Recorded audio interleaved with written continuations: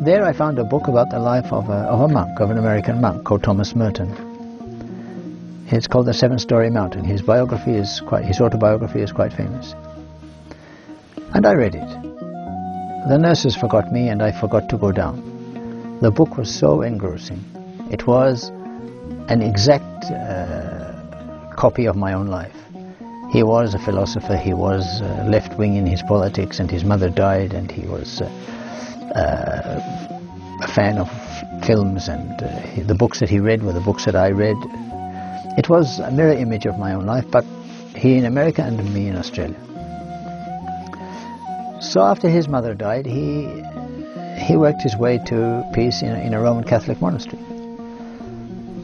So I thought, on reading this book, well, someone who is so like me, a philosopher, someone who was atheistic for so many years, someone who was intelligent, a critic and judge of his own life and of Western life, and he arrives at peace in a monastery.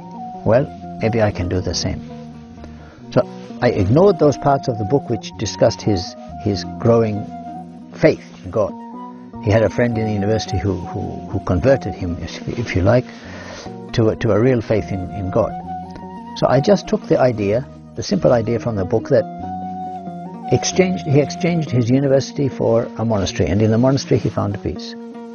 So I thought, let me do the same. Let me exchange my university for a monastery. So I telephoned to a Roman Catholic monastery the next day, and I asked if I might go and be a monk. The person who answered the phone asked me, well, which church do you come from? I told him, no, I don't go to church. He asked me, which priest, your spiritual father, did he recommend you to us? I said, no, I don't know any priest. I don't have any spiritual father. He said to me, you don't go to church and you don't know any priest, and yet you want to be a monk? I'm sorry. And he closed the phone. So he thought I was crazy, for sure. I had some weird idea of monasticism, and he wasn't going to buy into that. Then I looked in the phone book and I found another monastery. It was called a Serbian Orthodox monastery. Okay, I tried it. I rang and I said, can I come for a visit? And it was the bishop, I found out later. He answered. He said, come and see. Now he used these exact words for a reason.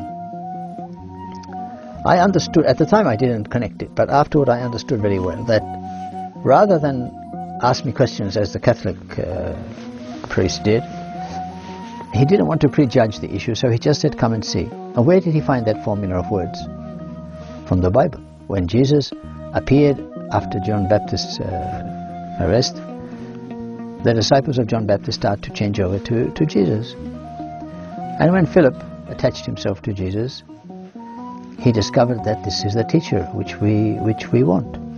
And he went to his friend Nathaniel, and he said to him, come and see. And Nathaniel said, nothing good can come from Nazareth.